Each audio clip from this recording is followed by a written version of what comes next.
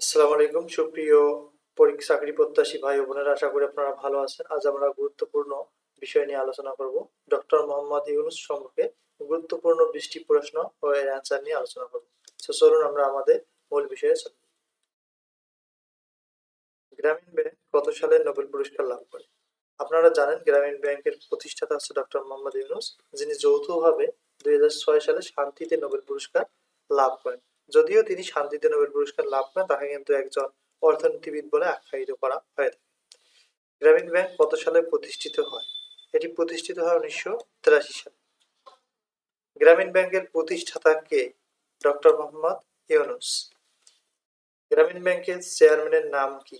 2024 সাল নাগাদ এটা হচ্ছে আব্দুল হান্নান চৌধুরী, যিনি এখনো রয়েছে।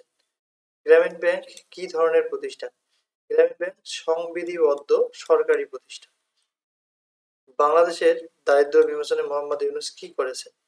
বাংলাদেশে ক্ষুদ্র ঋণ প্রকল্প চালু করেছে। ক্ষুদ্র ঋণের প্রবর্তক হচ্ছে ডক্টর মোহাম্মদ ইউনূস। ডক্টর ইউনূসের রাজনৈতিক দলের নাম কি?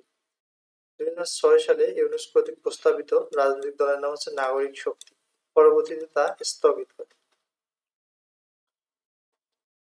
ডক্টর মোহাম্মদ ইউনূসের জন্ম হয় কত সালে? 1940 সালে। সামাজিক ব্যবসা কে আবিষ্কার করেন? ডক্টর মোহাম্মদ ইউনূস। সামাজিক উদ্যোক্তার আবার জনক কে? এটি হচ্ছে বিল ড্রেটন সামাজিক উদ্যোক্তা জনক। গ্রামীণ ব্যাংক কি ধরনের ঋণ দেয়? জামানতবিহীন গ্রামীণ ক্ষুদ্র ঋণ।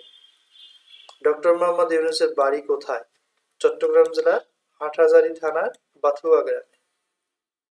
সারা বিশ্বে মোট কতটি দেশে গ্রামীণ ব্যাংকের মডেল অনুসরণ হচ্ছে?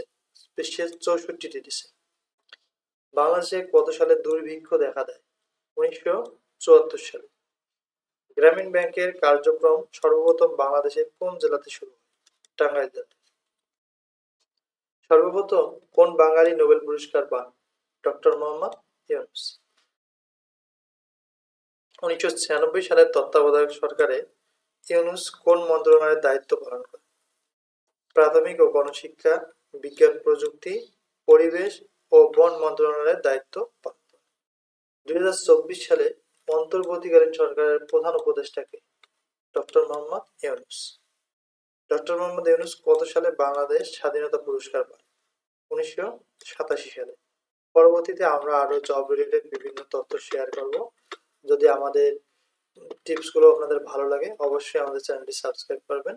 Thank you for watching. আসসালামু আলাইকুম।